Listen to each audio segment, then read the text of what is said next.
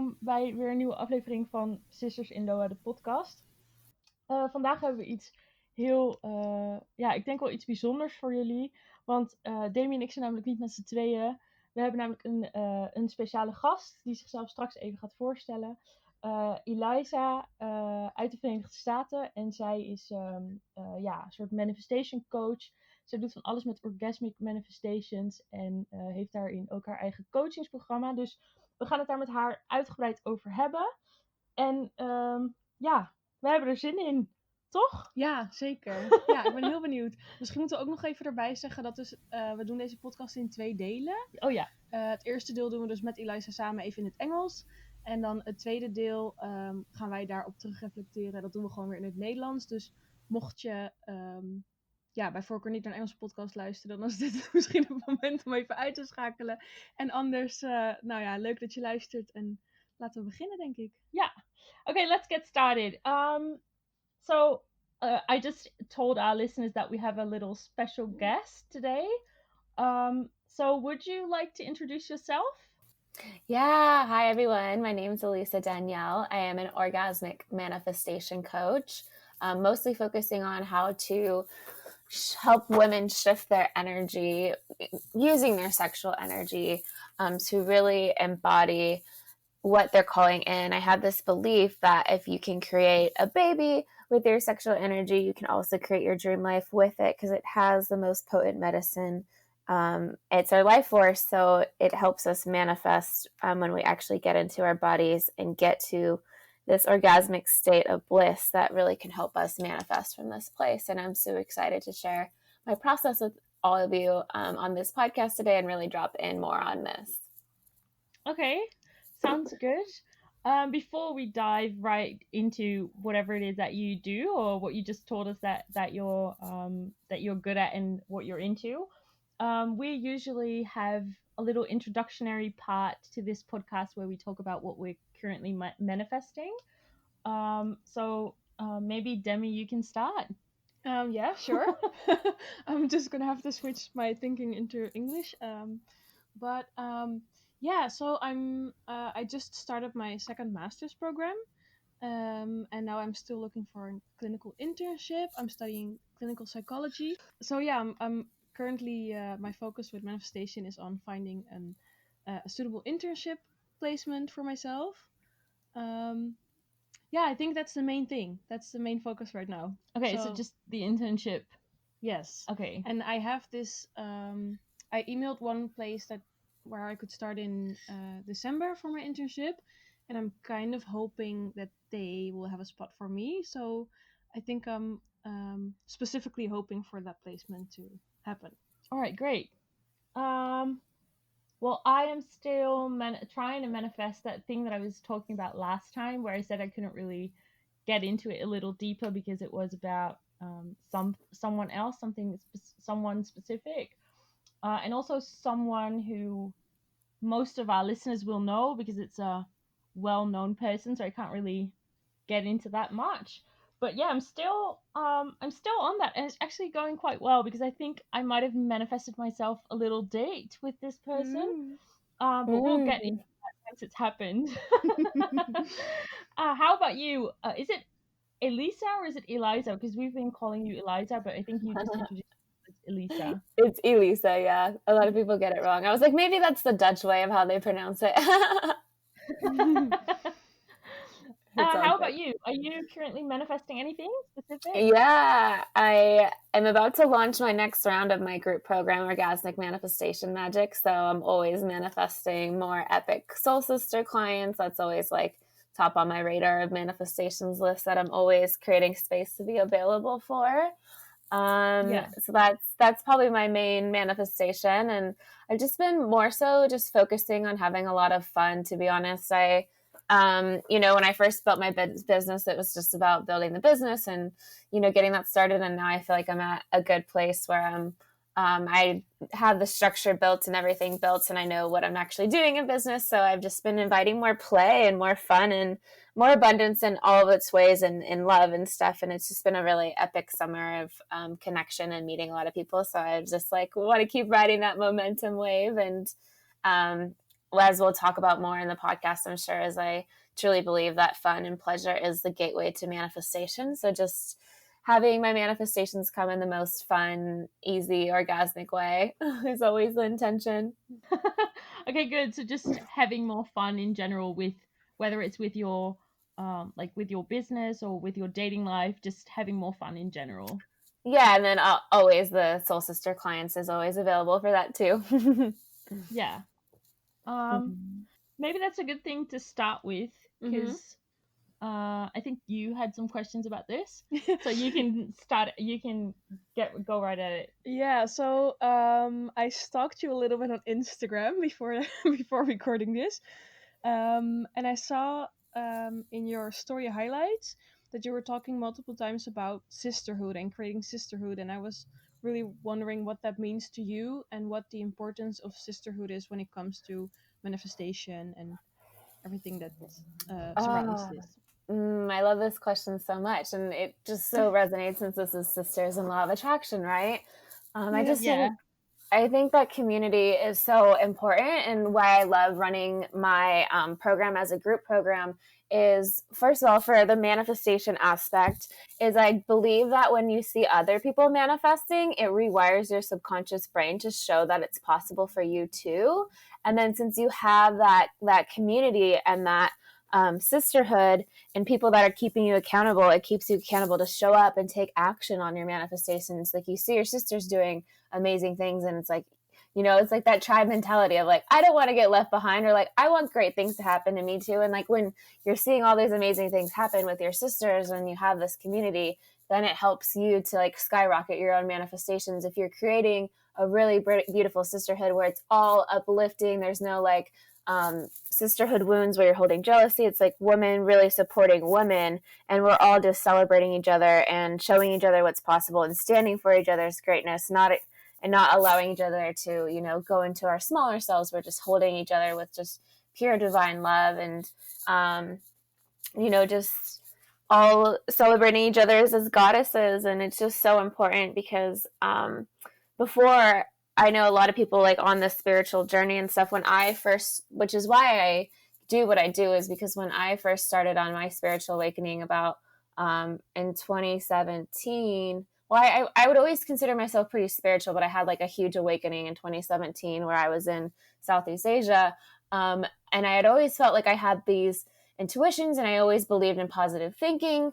I didn't really like understand manifestation like I do now, but I met these people in Southeast Asia who were on the same, spiritual path. And I was like, wow, this is amazing. But then when I came home, people like didn't get it. They're like, what do you mean that like you can just like, think your thoughts into reality? And I just felt really like alone for so long until I found my friends that I have now. And then with the community that I've created, it's just I think has been such the key to my success, because anytime I'm feeling scared or just like a little bit more in my smaller self, then I'm like, oh, it doesn't even matter, because I have the most amazing friends who just like love me and uplift me and see me, and that has been my greatest strength, to like have their full love and support. That sounds like I always say that your vibe attracts your tribe a little bit. So the people that you, or the way that you portray yourself and put yourself into the world is similar to the people that you attract into your life,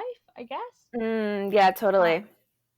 And that actually brings me to another question, because I feel like in society today, or just in society like since the beginning of time, that women are very set to judge each other. Does that happen? Like whenever I'm pretty sure that with a group of women, maybe at the start of the program or something, that do you experience your clients judging each other, and how do you handle that when or if that happens? I feel like I've done a pretty well job. I totally agree what you're saying, and I feel like jealousy and judgment runs strong or it can run strong with other women. But I feel like since I've worked through a lot of my own wounds where I was holding judgments towards other sisters, and I've kind of just changed my mindset to be like, no, I just want to celebrate these women and know that like this is possible for me too. And I kind of set the container, like anytime I am calling in clients or like creating a group, I'm very intentional about the group and that I only want to call in women that uplift each other. And I don't think we've actually really had any of those problems. And I do, like, on the welcome video, tell everyone that, like, if you do feel triggered by another woman in the group, like, you know, it's just an opportunity where the universe is showing you what you want. So there actually really hasn't ever been any issues in the group programs. If anything, it's just like pure celebration and love for each other. And it's really amazing just to see everyone hype each other up and be excited for what everyone is manifesting. Yeah. Yeah, it's great for women to have a safe space to express themselves, especially with such a, I feel, sensitive topic.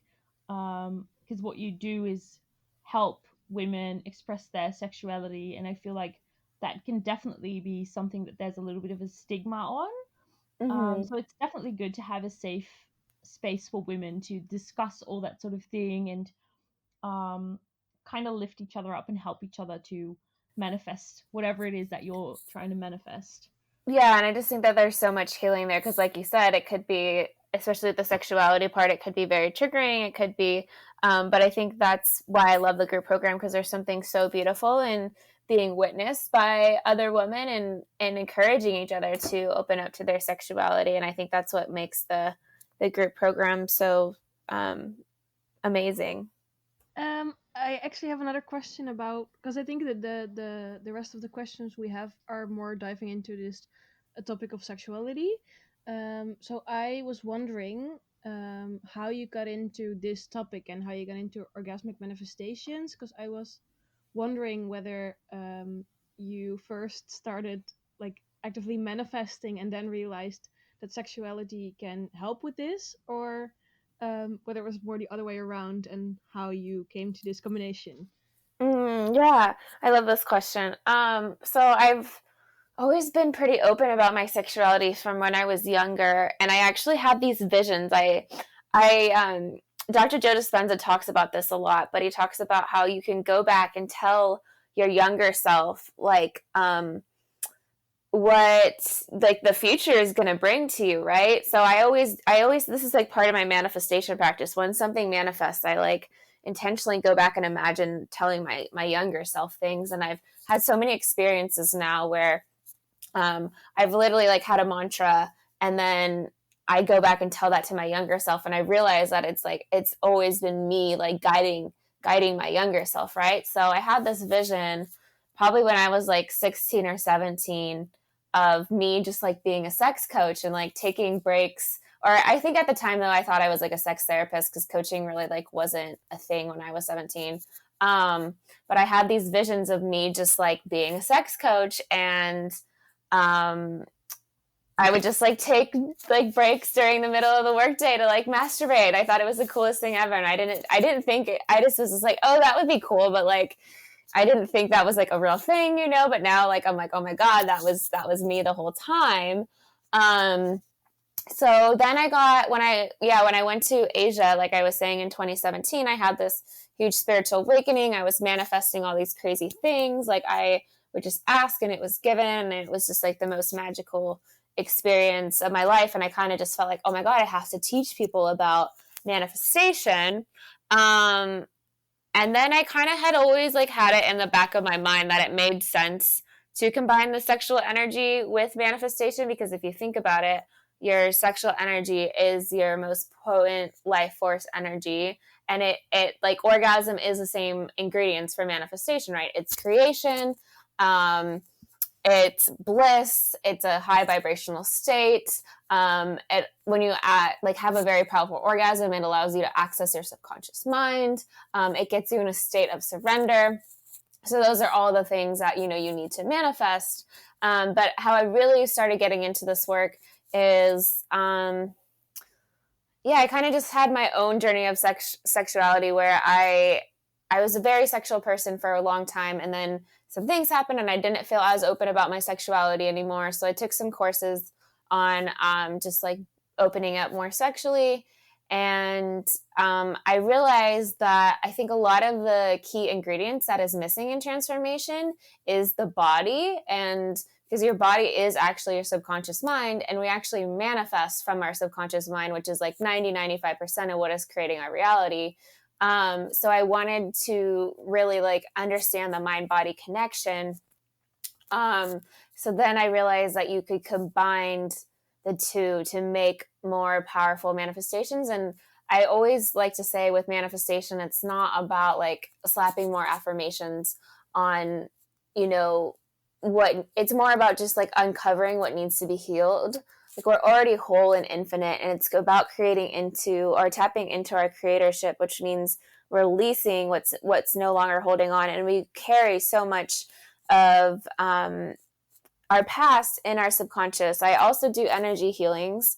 And from learning how to move people's energy, not in a sexual way, it's just a totally like we can do this energy healing through a Zoom call. But through that, I realized that it's more about just releasing these things through the subconscious. And then I realized that you can also do it through your sexuality. And that's kind of how the two of them got combined to make this more powerful thing where it's like, it's not just your mind, it's a mind, body, full soul connection. Yeah.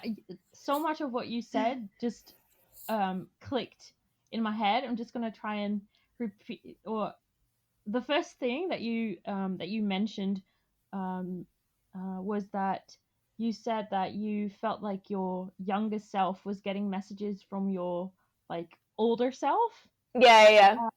Which is, I think, is something that many of us can relate to, because I've actually said to Demi, I think it was a couple of weeks ago, I was telling you about how I felt that as a child, because I've gone through a little bit of an anxiety disorder. Mm-hmm. And I feel like when I was a child, I used to have these visions of myself sitting in a library bawling my eyes out. And because I was just a little girl, so I always thought that I had this weird thought that it was me crying because I never learned how to read, which is so silly because I can read. Mm-hmm. But a few years later, it actually clicked in my head that those visions that I had back then was actually me kind of fortune telling, or predicting that I was going to have this anxiety disorder, because that situation, like that vision that I had, was exactly what happened to me later on. Like it was the exact same white library that I started to have panic attacks. And I also had a vision of myself, something that our listeners know, and I think you know because we've spoken about it, is that I was dating this guy in Australia while I was there visiting my mum. And when I was little, I also had a vision of myself sitting on a lot of Australian houses have doorsteps that lead up to their front doors. And I used to envision myself in Australia. I never actually lived there, but I envisioned myself sitting on one of those doorsteps wearing a brown coat, waiting for this boy to pick me up, which is what I've done for like the longest of time while I was there dating this boy. And then I actually forgot that I used to have those thoughts until a Mm-hmm. couple of weeks ago, and I was telling Demi about it. So I definitely think what you said about having visions while you were younger, like thinking stuff while you're younger, can definitely be something that your older self has been telling you all along is going to happen. So Yeah. yeah, so for whoever is listening to this and who feels like, oh shit, I've experienced that, it's completely normal to have that sort of visions, I feel. Yeah, and I think it's just like the more I realize that, and I love that you told that to the listeners, it's like the more I trusted that those things weren't just like coincidence. Like I don't really believe in coincidences anymore. I love the quote by Einstein where he talks about coincidences are just like God's way of staying anonymous. But it's just like, yeah, there's no coincidences. It's just synchronicities guiding you to your manifestations, and it's like your higher self guiding you to like what you really came here to do. And like the more that you listen to those intuitions and just believe in them, like so much magic will happen if you just trust it. I mean, sometimes it's not logical, but it's always magical. Yeah, definitely. Can you maybe tell us a little bit about, because I'm just curious here. Um, can you maybe tell us what for you has been the most like incredible synchronicity, like where you felt this is unreal, this has to be, this can't be, what's the word? Coincidence? Yes, this can't be a coincidence. Yeah, I would probably just, yeah, I can go more in depth about what happened in Southeast Asia because that's what really like locked it in for me. I had just, I'd always, like I said, always kind of believed that like the more positive I thought, the more better things like happened to me. But then I read that book, You're a Badass, and I had all these. She goes to India in the book, and then at the time I was also reading another book about India and how people had this spiritual experience, and like me and like my this partner I had just broken up, and I was just like not in a good place. And I was just like, okay, I just feel this call to go to India, but I was like, I don't really want to go to India by myself because it just didn't feel very safe. But there was this yoga retreat that I wanted to go to, and I was like, I can go to the yoga retreat by myself. That's fine because I'll just be at the yoga retreat. And I won't really leave, but I want to go see the Taj and do all these other things. So literally, or I guess I should preface this. I also had a job as a flight attendant. And so I'm in the crew room like a couple weeks later, and there's a sign, and it's like a literal sign from this man who's a pilot at my airline, and it's like, I take flight attendants to India every year. Like my mom owns a travel business over there, so I'm like, oh my god, it's a literal sign. Like I have to go. Yeah, So definitely.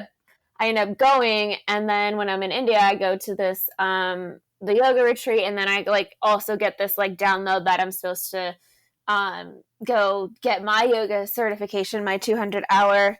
So then I go back a couple months to Thailand, and I was only supposed to go to Southeast Asia for like a month, but when I was like kind of like, I don't know if I'm gonna have all that much money, whatever, I randomly get a check in the mail, and it's the exact amount I needed to do my yoga teacher training. Oh, that's amazing. Yeah, so I'm just like, okay, like I'm already like, yeah, this is a real thing. But then I go to Thailand and have this like crazy spiritual experience. Um, and all these things happen, and just like so many synchronicities. But then the last big one was I ended up staying. I was only supposed to go to Asia for like a month. I ended up staying for like 3.5 months because I was somehow just like still. I was getting a lot of free opportunities to like stay and volunteer at places, and just like manifesting all this stuff. But I still had my job as a flight attendant, and I was still just like, I was like, universe, if I'm like meant to stay here, just like help have my airline's pretty flexible, and like if other flight attendants pick up your trip, you don't have to work if you don't want to. So like while I was gone for 3.5 months, people just kept picking up my trips, so I didn't have to go home. And but then I was like, at the end of the trip, I was supposed to go leave back from Thailand back to the States, and I'm holding this Ganesh that my yoga teacher gave me. I'm actually staring at it right now. I'm gonna hold him. But my yoga teacher gave me this Ganesh, and he's like the destroyer and the creator. Like he puts obstacles in your life to maybe teach you some lessons, but he can also remove them. So I'm like holding this Ganesh. I'm like, Ganesh, like if I'm meant to continue on, like I just really feel like I'm supposed to go to Bali. Just like if that's like in alignment, please just like remove all obstacles. And then I had been in contact with this man who owned these bungalows in Bali, and like literally not even 2 hours later, maybe like an hour later, I get this text from this man, and he's just like, he's like, my yoga teacher just left, like when can you come? And I was like, I can leave tomorrow. So then I went there, and he actually owns these bungalows that Elizabeth Gilbert from Eat Pray Love stays at, and I went and taught yoga there for a little bit, and then I finally went back to the States after that. But yeah, it was just so many synchronicities where I was like, literally I just thought something, and then it happened, and I was like, there's no way that this isn't isn't so real. Like if I had any doubts, I don't anymore. Yeah, sorry. That's amazing, and I really love how intuitive and creative and curious you come across, because in all these stories you seem really I think open and maybe putting yourself in vulnerable positions sometimes. Yeah, definitely. Yeah, you're definitely taking risks, and I love how much faith you have in I don't know, the universe guiding you to where you're supposed to be. So thanks for for sharing. Yeah. And then I actually have another question, because in the a little bit earlier you talked about energy clearance. Also read this on your Instagram, and I was wondering if you could tell us a bit more about what this is and how it works. Yeah, of course. It's been so powerful for me and my clients. So how I got into the energy healings is I had chronic pain for like the longest time in my body. And it was the same thing. I kept getting these downloads, and it was like my future self telling me, like, you have to learn these energy healings. You have to learn these energy healings. And I really got to understand like the mind body connection. But how it works is, basically now science is showing us that most disease in our body is actually held from trapped emotions, and how we, no one actually has ever, I don't know how it is back in where you guys are, but in California and in the States, no one ever really teaches you how to actually process your emotions. And we're just so used to just numbing them with food, alcohol, whatever. And just like we always want to, I know it's such a problem, like too, in the manifestation community, where it's like, just stay high vibe all the time, just stay high vibe all the time. But like, you actually will create more manifestations in your life if you allow yourself to go deep into your feelings and feel whatever needs to be healed instead of just suppressing them.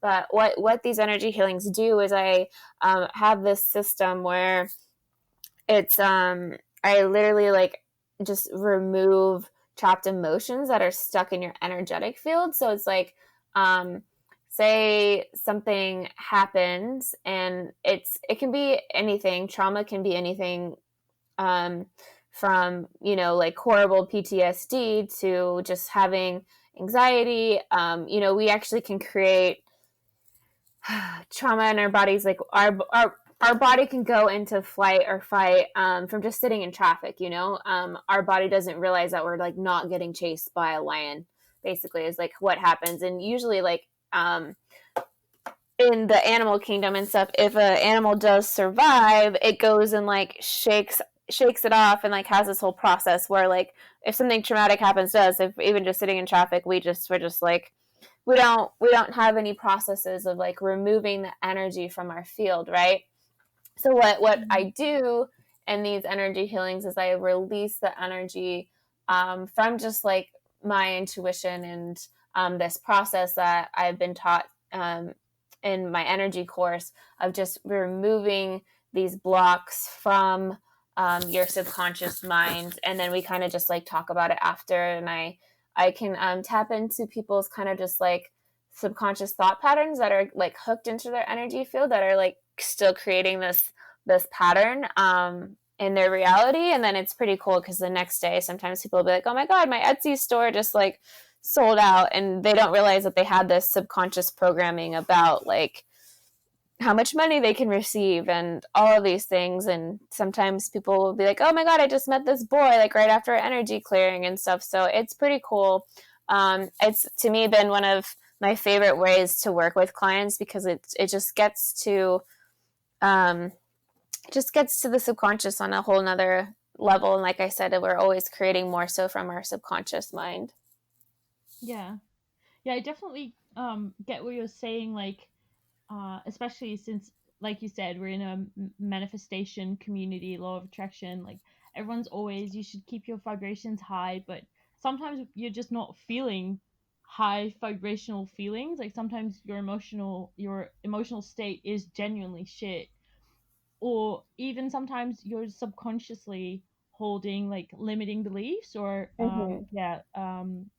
certain blocks, or what you call programming.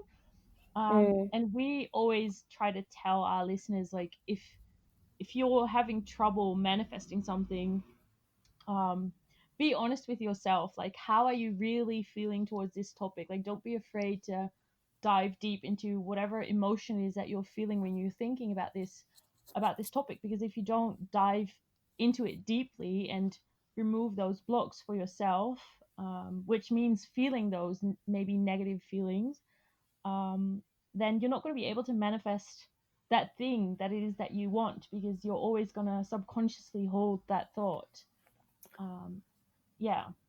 Yeah, that's one of the things I feel very called to always share about, because I don't want anyone to ever spiritual bypass, because those blocks are actually a part of the manifestation. And it's like the universe loves us so much that it's actually just showing us where, we also came here to grow and expand, and those are where the lessons are. So I always tell my clients, like, oh, if you're coming up with this block, it's actually an amazing thing, because that just means that it's coming up to be cleared, and that you can get the lessons from it. And then, like, there's been so many times where I've just like had an emotional release. I've just like cried my eyes out, like really, really felt whatever needed to be felt, and like moved through the grief. And like, I also do this through like the energy healings, and then through the orgasmic practices I have, where it's like a deep, deep emotional release. And then like literally, I've had so many times where then like after I released it, I've like signed a new client. And yeah, I just want people to know, like, I have been in like some of the worst times of my life and have still manifested something. So it's like not about being high vibe all the time. It does help. Don't get me wrong. More synchronicities and magic happen when you are just like in that flow state. But yeah, I've manifested some amazing things like in the worst times of my life. And it's just more about having faith that like even through the worst times, like the universe still loves you unconditionally and wants you to have everything that you want. Yeah, that makes so much sense to me. Do you want to ask a question? Because you're looking at me like you have one. No, I was just thinking, because we wrote down all those questions, but in the last thing you told, Elisa, you kind of tapped into one of the things I also wanted to discuss. So I think I'm going to shuffle around our little programming thingy. Yeah, throw it in there. Because you were talking about blocks, and that it can actually be a good thing, because that means you have to. When you hit blocks, that kind of means you have to work through things, and sometimes also you're losing things to make room for new, better things. And I saw that you related this also to the current pandemic and the whole situation right now. So yeah, I was wondering. So in the current situation with COVID and everything, what that means for manifestation, or for like collective energy, and can we turn it into a good thing, or what is your view on this? Yeah, it was funny because actually when I heard about the pandemic, part of like I feel like my higher self was like not excited about it. Like obviously it's a really, really like weird time to be alive, and there's so many horrible issues besides the pandemic that are going on as well, you know. But when I first heard that this was going on, I was excited for the challenge, because I remember reading this manifestation book when I was first getting into manifestation, and this woman was talking about how when she first started getting into manifestation, it was like we were in a recession, and she created this amazing business during this recession because she just kept holding the belief that no matter what, she was going to be abundance, and she was so tapped into her abundance. So I was like, if that lady could do it, like that just means that I get to do it too. And I'm like, this is literally what I've been practicing for this entire time. Like, again, I just felt like so guided by my higher self and my younger self throughout this whole process, because I felt like I've had the tools, and I was like, this is exactly what manifestation is. Manifestation is,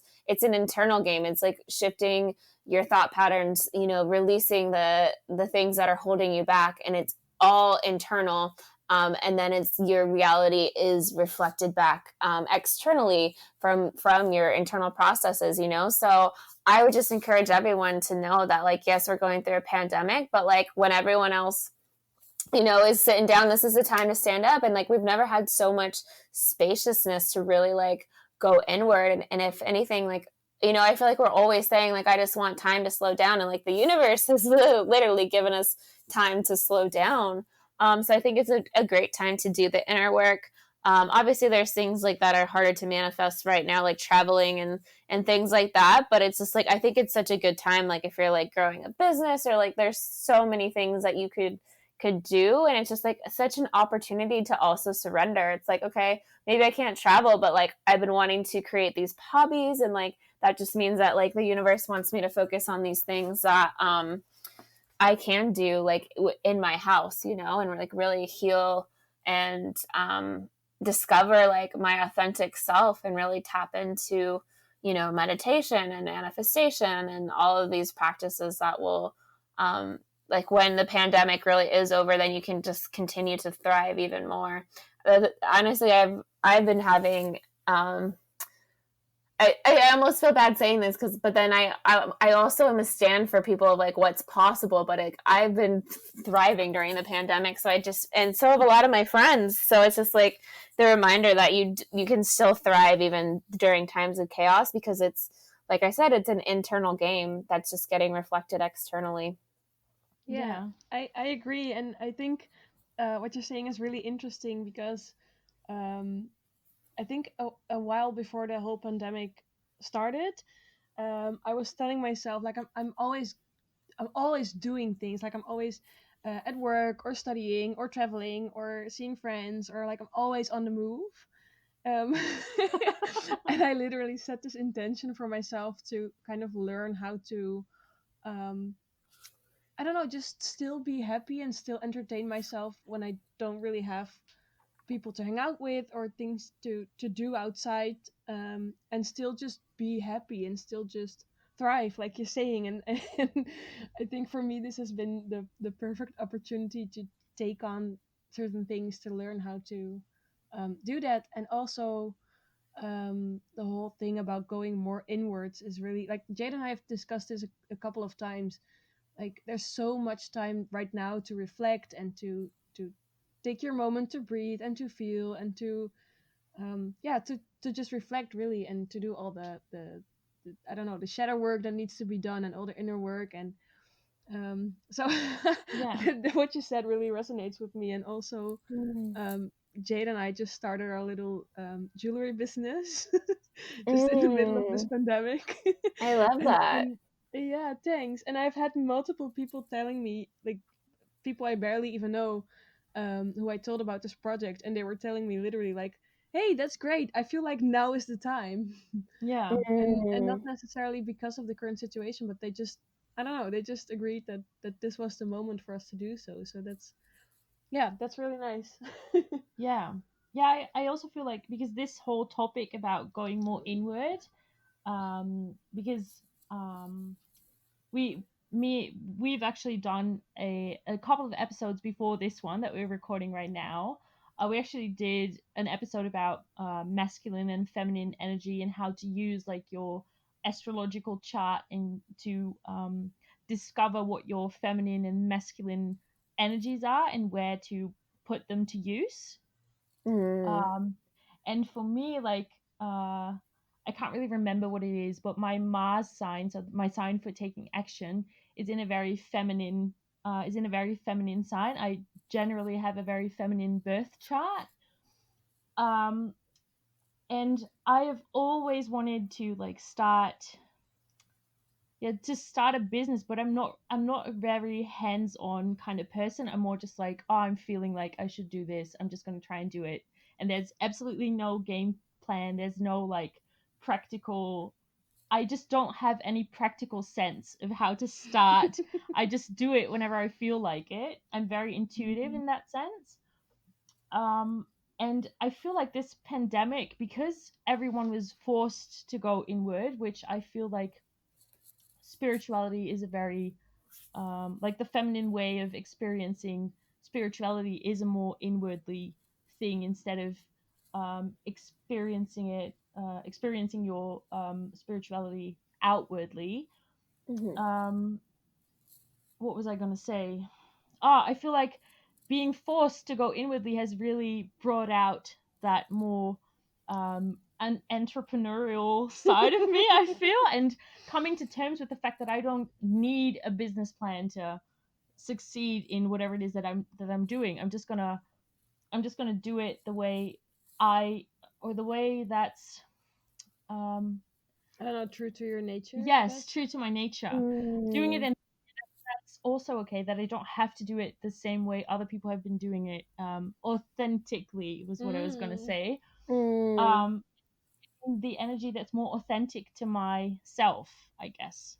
Yeah. Well, I think you actually just hacked the entrepreneurial code. If I was like to go back and tell my younger self, something about starting a business, is I feel like when I first started my business, I just always listened to like my business coaches and like what people were doing online. But the more I just let my intuition be like my boss, and the more I just like let my soul guide, the more success I had. So I think yeah, I love to do business more the feminine way. Obviously, you have to have the masculine structure, and there is some structure to it, and it's more about like the full integration of both. But letting the feminine lead, I think you hacked it right there. So I'm so stoked for you. Thank you. Did we talk about this yet? No. Do we want to? Yes. Okay. All right. So yeah, we have our little booklet with the stuff that we've been wanting to talk to you about. Perfect. Something else because now that we've touched on the topic of feminine energy and masculine energy, something that we spoke about during that same episode that we recorded previously, we spoke about Lana feminism versus Lizzo feminism. I'm not sure if you're familiar with the term. I'm guessing, is Lizzo the girl that she's a rapper?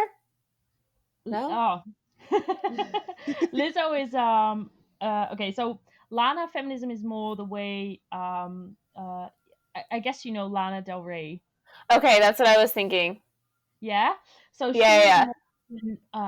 she's more of a like what you would describe as being a typical feminine girl, like very she comes across as someone who's very nurturing, very calm, very behaved, very collected.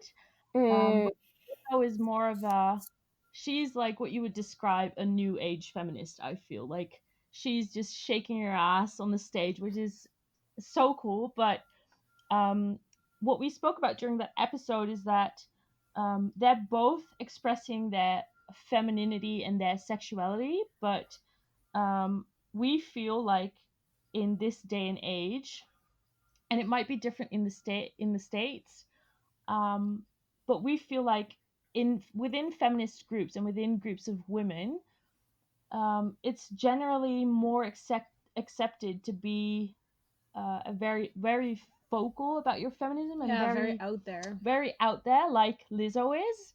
Whereas when you're a feminist who is all about women rights and about expressing your sexuality, but doing it in a more submissive way because that's where you feel comfortable.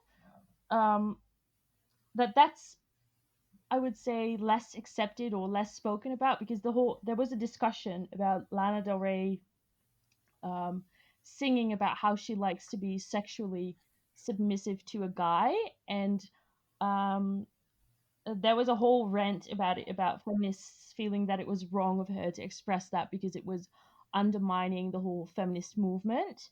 Uh, mm. and we were wondering if, from like orgasmic manifestation points of view, is there a right or a wrong way to express your sexuality? I feel. Yeah, look, what was coming through to my mind is like I think they're both beautiful in their own way. Like to Lana, like being submissive is more of her sexual energetic blueprint, where Lizzo to her being her sexuality is like, shaking her ass on stage. And like I don't think there's any wrong or right way to like be in your sexuality. It's like to some women they feel more empowered when they're fully dressed, and other women like me, I feel more empowered when I'm naked. And it's like I think what's the point or the part that I would like to like express is like it's still just like there just still shouldn't be any shame of women and how they express their sexuality. Like I don't think there's any way or anything wrong with how Lana wanted to express her sexuality. And you know, if that's her thing, like of being submissive, that's her turn on, and it shouldn't be shamed, I don't think, in my opinion. Yeah. Yeah, as long because we spoke about this, and I feel like I'm more of a Lana feminist than I am a Lizzo feminist. Like I admire all those women, tits out, asses out, like go for it. I love it. I love looking at it. I love seeing it. Like I love just seeing women in their like full power and full potential. But then for myself, like I'm very calm, very collected, like very domestic in a way. Um, so yeah, that's something that I personally am struggling with. Like, how do I express my sexuality in a world where it's more, I feel like it's more accepted or more spoken about to be very vocal and very out there towards your sexual preferences and stuff, whereas I'm more of a private, calm, collected person, I feel. Yeah. Yeah. I So just feel like there both needs to be a balance, you know, and I think it's just like it's when expressing your sexuality, it doesn't have to be like always so full front on. It can also just be like how you eat. It's just like you're so present with your food, and like it's like you're allowing yourself to be turned on in every moment, and doesn't have to always be like in the way you dress or like being loud about it. It's more just about having, to me, like sexuality and femininity for me is like more just about being open to receiving is what really the feminine energy is, and like giving and nurturing. And there's other ways to express it, you know, obviously through, you know, clothes and stuff like that. But I think it's more just about like your way of being, and being like our greatest gift in the feminine is to have an open heart, and to share our greatest gifts of love with everyone we encounter. So it's more to me about like just being the frequency of love, and however that shows up, if to you it shows up as being more cool, calm, and collected, like that's your gift then. And I don't think there's any need to, you know, try to be a Lizzo if you're a Lana, you know. yeah, yeah, definitely. Like with the whole entrepreneurial code, I feel like it has to do with whatever energy is authentic to you or feels authentic to you. Right. Yeah, go ahead. Sorry. Yeah, so I think this is a good moment. I'm not sure if Jade wants to ask another question, because I think you and Jade also discussed like doing a little kind of homework practice for us. Mm-hmm. And about you giving us some tips so we can try out some things ourselves. So I'm not sure if Yeah, I if we think got to we've that come to point. that stage. Yeah. Okay, okay. So yeah, I'm very curious what kind of tips and tricks you can provide us with to try out ourselves. Yeah, with the orgasmic manifestation practice that we had talked about. Yeah. Yes. Yeah, okay, cool. So one of the things that I would encourage any woman to do, and for you guys to try at home, is this orgasmic manifestation practice that I had. And the first time I did this, I had this amazing experience. I took a bath that I use my crystal wand personally. I have right now I have a amethyst one, so it's like calling in more mystical experiences, but you can use any toy or anything you want. I just like personally like to use the crystal one because, you know, crystals have their own frequency, and it's just really magical and beautiful. But I used my crystal one, and I did this orgasmic manifestation practice, and then I had this idea and this download, because that's, you know, such an important part of manifestation is listening to those little intuitive hits that don't necessarily always make sense, but are always magical. But I had this download to go put my I was going to go get some food at the grocery store that's like in walking distance from my house. And they had this like community board where you can put up like your business card. So I was like, oh, I should just put up my business card. And then while I was doing the practice, I was calling in more clients, more soul sister clients. And then the next day, I signed up a new client. She was like, never met her before. She just started following me. We just got on a call, and then now she's actually one of my best friends. But so it's really, really powerful practice. I love sharing the examples of what's possible, because then I think it, like I always said earlier, it just reroutes your subconscious to show what's possible for you too. But what I had my clients do is I, you know, set your intention And what I do when I set an intention is I like to work with symbols, because that's how your subconscious mind is always kind of talking to you, through symbols. Like even in dreams, our subconscious is kind of using symbols to talk to us. So what I do is, say I'm manifesting some more clients for my business, I write down like everything that I want in the clients. I talk about how I want them to pay me. I talk about how I want our relationship to be. I talk about what I want to give them. And then I create a symbol for that specific manifestation. So my program, is called Orgasmic Manifestation Magic. So it's OMM. So I just write that as the symbol. It's like Om at the top.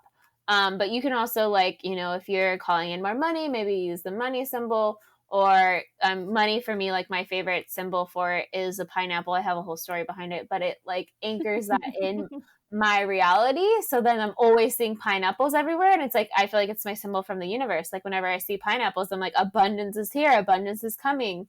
So, get clear before you do this practice on what you're calling in, and create a symbol for it. Maybe it's an elephant, maybe it's banana. I don't know. You can make it fun. You can make it whatever like really resonates with you.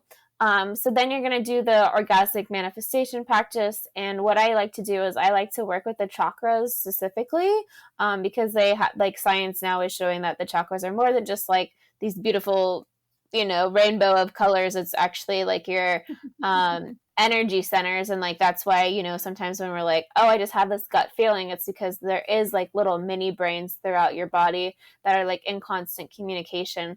So what I do is I work with the chakras while I'm doing the pleasure practice, and I imagine my energy moving up through each of the centers, and I'm like blessing each of the centers with an intention. You can look up the different chakras if you're not familiar, but your root is like safety. So I'm like moving up through, and I'm like feeling the frequencies of safety. I'm feeling the frequencies of creation. I'm feeling the frequencies of my sexuality, and I'm just moving up through the chakras while I'm doing the pleasure practice. While I'm doing the pleasure practice, I just am really just allowing myself to go into deep bliss. I never make the pleasure practice about reaching orgasm. It's more just about creating orgasm in every moment, and like allowing each little moment to be like its own mini orgasm. It just like releases the pressure, which is like also such a beautiful lesson in manifestation. Like it's never about the destination, it's about who you're becoming while you're creating that thing. And the more that you have fun along the journey, the more it's going to be more magical to receive that manifestation, right? So that's also how it kind of relates to orgasm. But yeah, so I'm just kind of imagining the energy moving up through my energy centers, and it's clearing anything that needs to get cleared. And then when I'm like in the state of orgasm, I imagine that thing that I'm manifesting, and I try to give it as much detail as possible. Like I'm getting into all my senses, and I'm like imagining what I would hear and how it would feel, and more so tapping into that feeling frequency while holding that manifestation. And I'll just use the symbol to think about it as one big thing. And then while you're having the orgasm, you're just holding that intention and then really visualizing it as if it had already happened. And then I think the biggest thing too is like you're living in that state as if it had already happened. And you're staying in that frequency. I think a lot of times people will be like, oh, I did this practice, I did this manifestation technique, and then it didn't happen. But it's like, okay, cool, you're in that flow state or whatever for 20 minutes or whatever, but then the rest of the day you were holding the intention in disbelief. So it's just really coming from that place of like, it already happened, it's already done, I'm in full trust that I put in my work, and now I'm just gonna, if there's any guidance or any aligned action that I'm gonna take, then I'm gonna do that. But just living in that state that like it already happened, it's already here, it's already for you. All right. Okay, thank you for sharing that with us. Thank you for all the beautiful stories and beautiful advice that you gave us. I think we've got everything that we wanted to know from you. Yeah, I think so too. Yeah. Yeah, it was very, very inspiring. So thank you for your time. Oh my God, yeah, of course. I'm just gonna end this part of the podcast in Dutch, and then afterwards I'll stop recording and we can have a little chat to ask you how you experienced it. So I'm just gonna switch to Dutch real quick. Vond je dit nou een leuke aflevering? Tijdens de volgende aflevering, aflevering 9b is dat geloof ik alweer, gaan Demi en ik deze tips die we net hebben gekregen, of nou ja, die gaan we niet uitproberen tijdens de podcast, maar die hebben we dan al uitgeprobeerd. En dan gaan we met jullie delen hoe we dat hebben ervaren en of het ons gelukt is om daar dingen mee te manifesteren. Dus als je daar benieuwd naar bent, luister dan vooral door naar aflevering 9b. Ja, en vergeet ons ook niet te volgen op Instagram, dan blijf je meteen op de hoogte. And I'm gonna switch back to English for a second because Elisa, where can our followers find you on socials? Yeah, I'm a big fan of Instagram. Instagram stories, I'm on there almost every day. It's Elisa Danielle, Elisa Danielle, DANIELLEXX. I lost train of thought there. But yeah, Instagram is perfect. Okay, great. We'll definitely tag you when this episode goes up, so our followers will be able to find you. Yes. Perfect. I can't wait. It's been so fun. All right, bye.